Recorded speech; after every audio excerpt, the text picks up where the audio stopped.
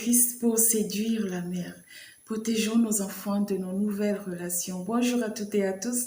Bienvenue sur cette chaîne. Vous êtes sur Bonté Suprême et moi, c'est Félicité pour ceux qui ne me connaissent pas. Sur cette chaîne, on parle des difficultés des parents solos à évoluer seuls avec l'éducation des enfants, la possibilité de sortir des conditions de célibat. Aussi qu'on aborde le sujet des parents qui vivent en couple, leurs échecs, leurs succès. On est sur une chaîne de partage d'expériences. Venez de nous découvrir, n'hésitez pas, abonnez-vous, likez, partagez, faites grandir la communauté.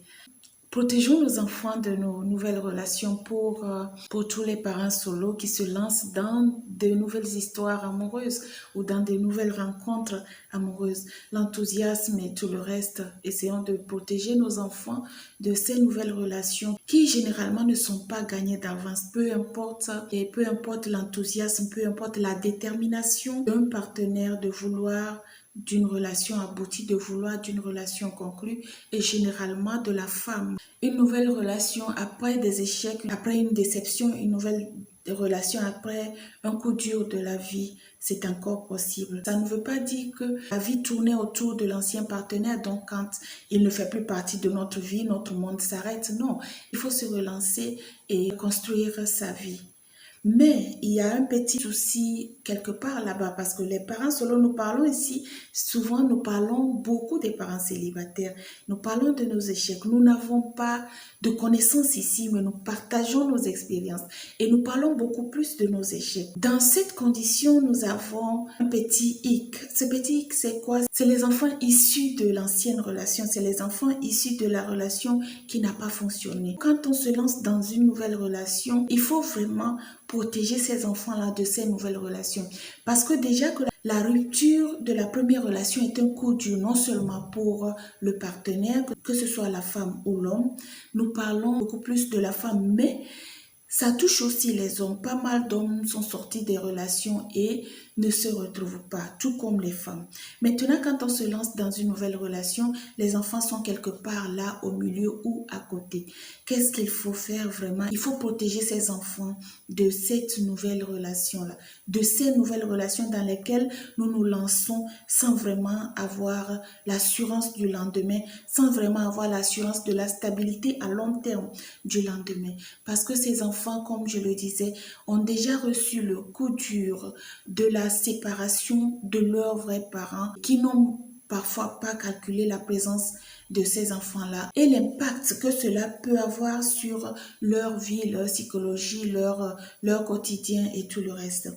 Il faut vraiment protéger ces enfants parce que il y a des hommes qui entrent dans la vie des femmes, sachant bien que ces femmes sont des femmes célibataires, elles vivent seules, elles vivent avec leurs enfants et la nouvelle stratégie ou pas forcément la nouvelle stratégie, mais la stratégie de pas mal des hommes, c'est de conquérir l'enfant, de conquérir ses enfants pour pouvoir attendrir le cœur de la femme, pour pouvoir attendrir le cœur de la mère. Quand les enfants s'entendent bien avec sa nouvelle relation, les enfants s'entendent bien avec un homme, ils sortent, ils vont, ils reviennent, ils se confient à lui, ou alors ils sont des amis, ce n'est qu'un petit enfant. L'enfant s'entend bien avec le nouvel homme qui est rentré dans sa vie parce que déjà que la séparation a laissé un vide dans la vie de cet enfant et quelqu'un d'autre vient combler ce vide-là et qu'on le comble parfois tellement bien que l'enfant ne peut que se réjouir de la présence de cet homme-là dans sa vie.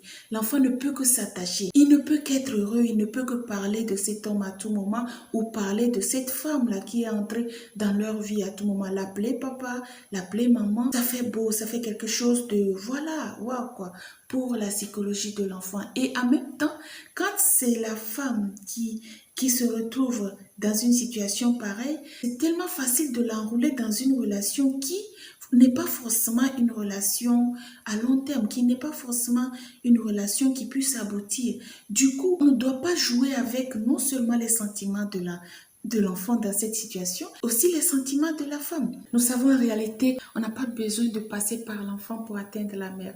On n'a pas besoin de séduire l'enfant pour atteindre la mère.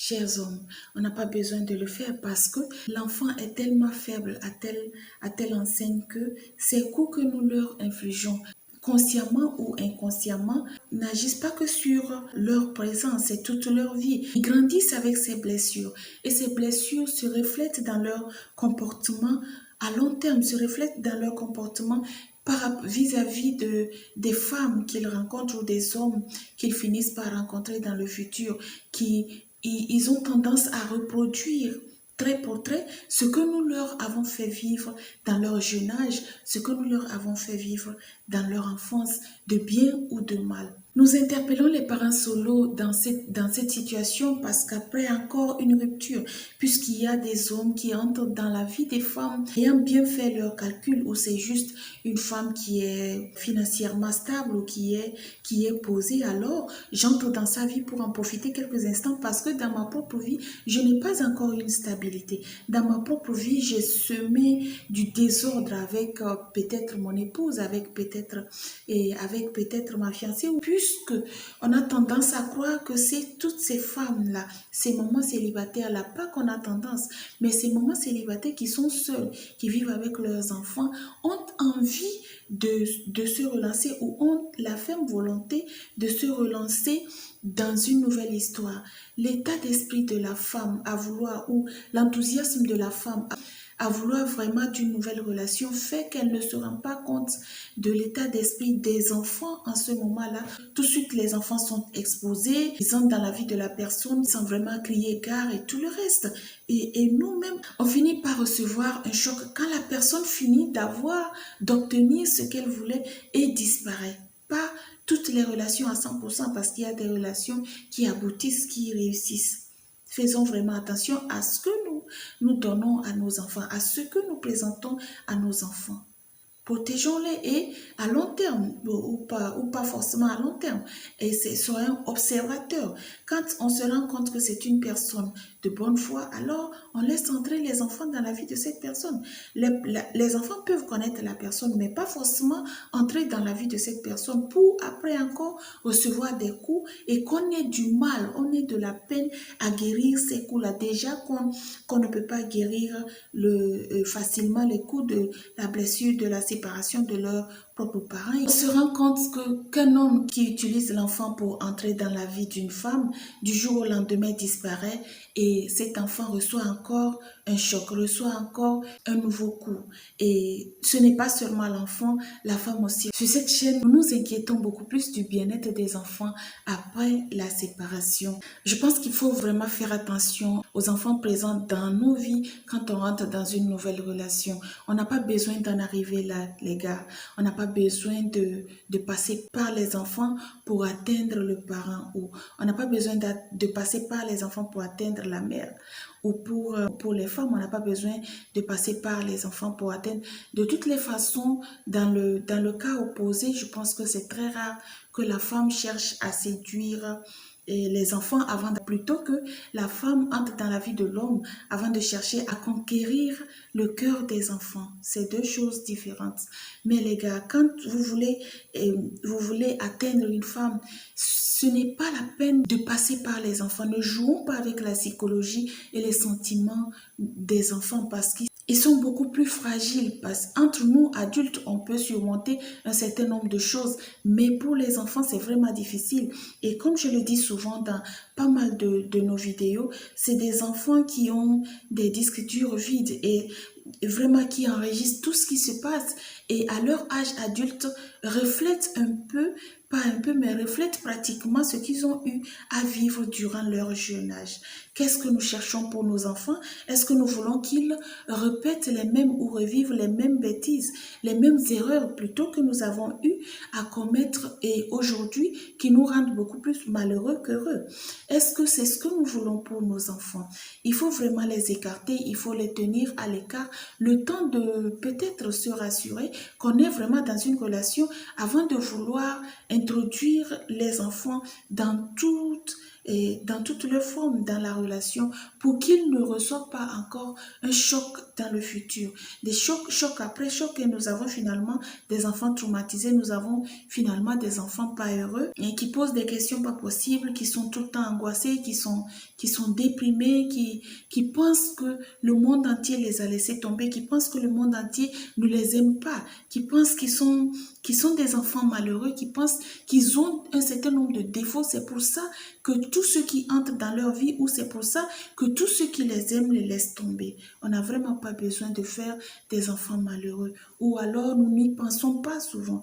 Il faut vraiment faire un clin d'œil sur cette réalité dans nos vies et voir comment se réorganiser pour protéger nos enfants de nos erreurs, protéger nos enfants de nos nouvelles relations. Dites-nous s'il vous plaît dans les commentaires comment est-ce que vous arrivez à gérer, surtout pour les parents célibataires, comment est-ce que vous arrivez à gérer cette facette de votre vie-là par rapport aux enfants et aux nouvelles relations. Pour les foyers mixtes, pour ceux qui ont réussi à se mettre ensemble après une rupture ayant des enfants, dites-nous comment est-ce que vous arrivez à conquérir l'amour et le cœur de ces enfants. Dites-nous comment est-ce que vous arrivez à protéger vos enfants de ces nouvelles relations qui sont vraiment incertaines, si vous arrivez à le faire. Sinon, partagez avec nous vos expériences dans ces moments difficiles dans la vie de vos enfants. C'est toujours pour moi un plaisir de partager avec vous ces moments d'expérience que je récolte avec nos amis, nos frères, nos sœurs, parents solo et même des parents qui vivent en couple. Je vous dis à la prochaine. Prenez bien soin de vous, de vos enfants, de votre famille. On se dit à bientôt.